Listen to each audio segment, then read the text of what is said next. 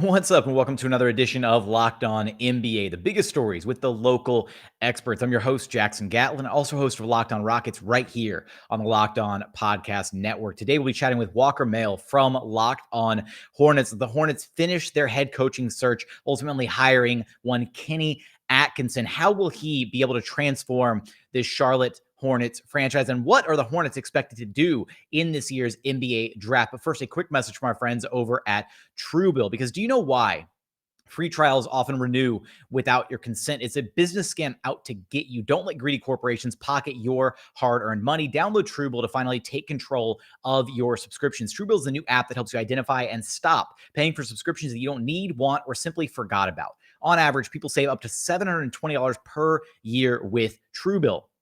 Because companies make subscriptions so hard to cancel, Truebill makes it incredibly simple. Just link your accounts and Truebill will cancel your unwanted subscriptions in one tap, one click, one button press. It is that easy. Don't fall for any more subscription scams. Start canceling today at Truebill.com/LockedOnNBA. Go right now. That's Truebill.com/LockedOnNBA. It could save you thousands a year. Again, that's Truebill.com/LockedOnNBA.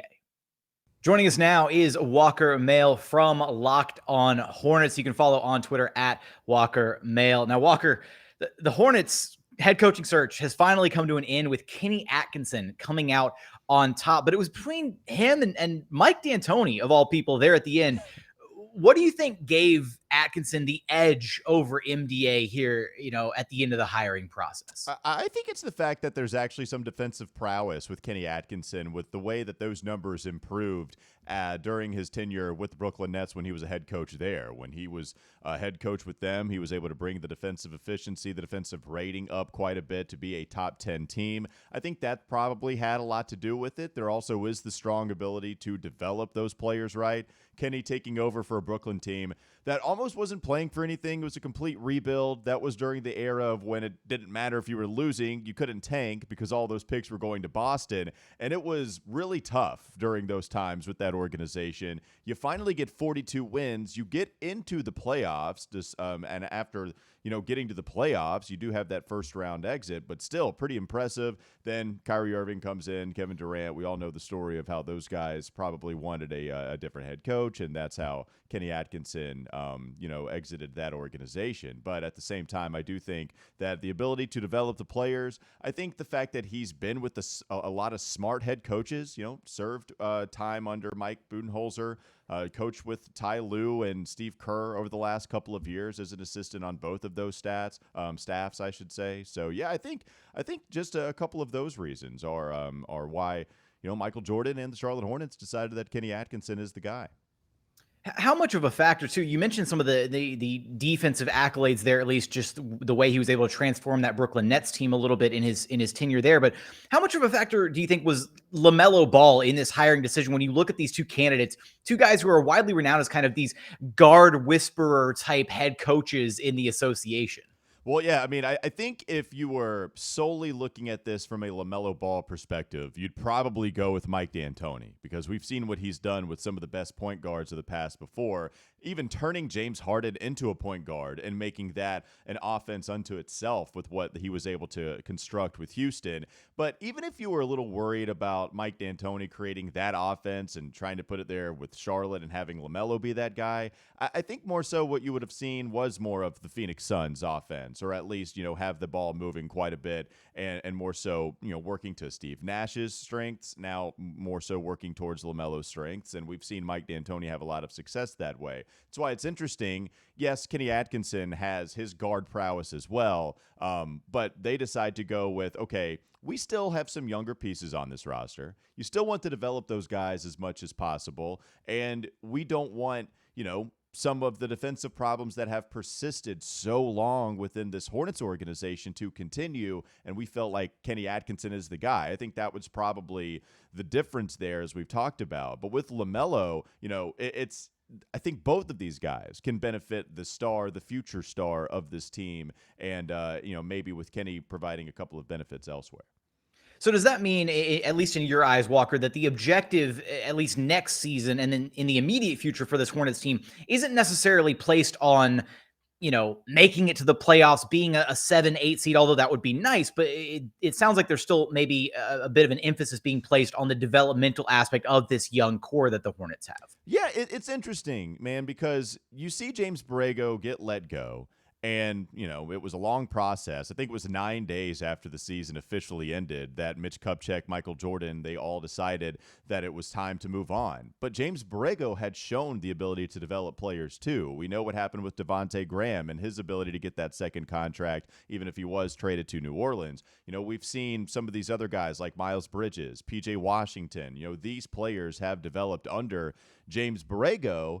They win 43 games. It's not enough to get to the postseason, but it was, in a historically strong Eastern Conference. We hadn't seen a strong Eastern Conference like this since probably the Michael Jordan era, the 90s that were taking place. And they decide they wanted to move on. Now, the play-in tournament where they got destroyed in back-to-back games, once against the Hawks, once against the Pacers, I just think that was the one thing that couldn't happen, and that's, a huge reason as to why they let James Borrego go.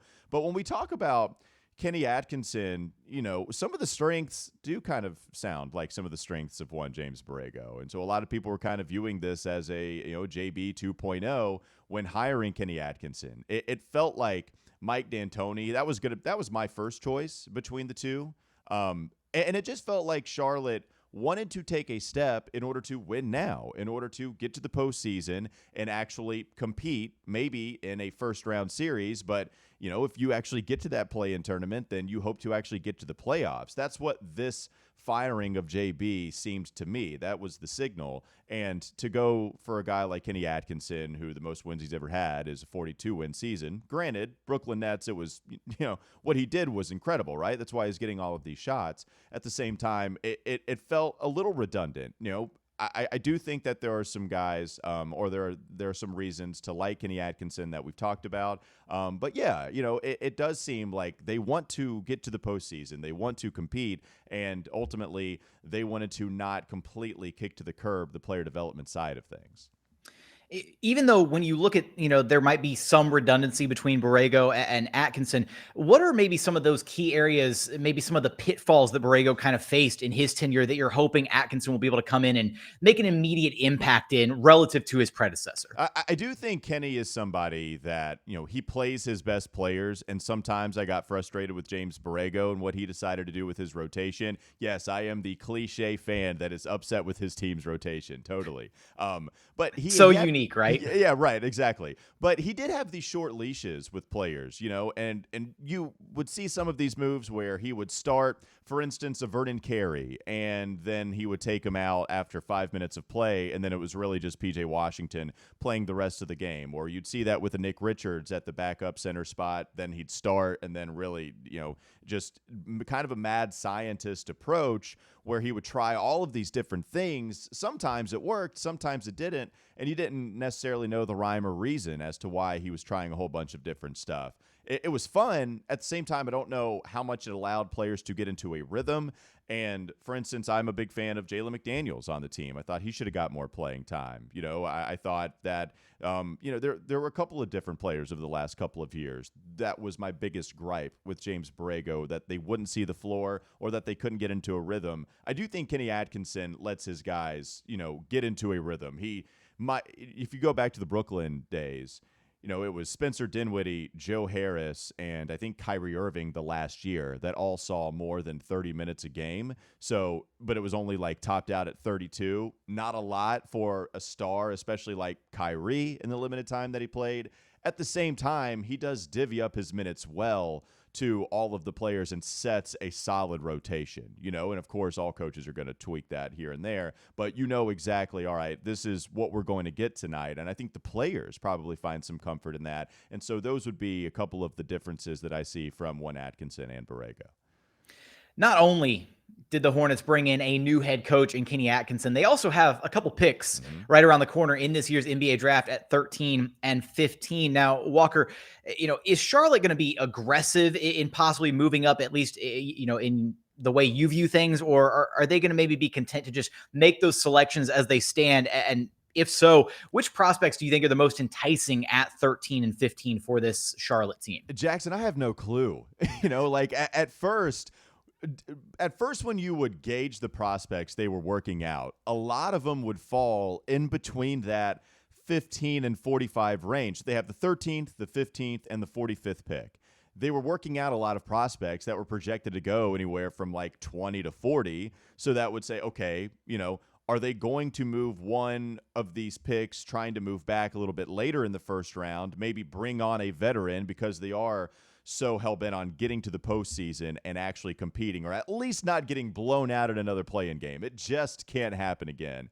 So that was kind of the direction I was going. Then they work out Mark Williams, which is the most enticing prospect. That he has a solo workout that happened on Friday. They also worked out Shaedon Sharpe. And look, a lot of this is just doing your due diligence, right? Like Shaedon Sharpe is somebody that I guess could fall, but that's more of a trade up type of scenario if Charlotte falls in love with them, and then, okay, we'll give you these 2 picks to go after him. A Jalen Duren is somebody that's interesting because he does fill that need at center, but probably won't fall to 13. So, yeah, I think anything's in play. I think they could trade one or both of those picks to try to get a veteran to help them win right now. I think they could move back and feel pretty comfortable because Mitch Kupchak values these. He calls draft picks currency. We've seen him, workshop a couple of trades to where he's able to get second rounders as well, right? Like this, he finds the value in that. I think anything's on the table, which should make it a pretty fun night for Charlotte Hornets fans to see exactly what they're going to do on draft night. How will Kenny Atkinson be able to transform the Charlotte Hornets franchise? What will they do in the NBA draft right around the corner? You're going to have us covered for all of that and more, of course, right over at Locked On Hornets. Walker, appreciate you stopping by Locked On NBA with me. Yeah, it was a fun time, man. Thanks for having me.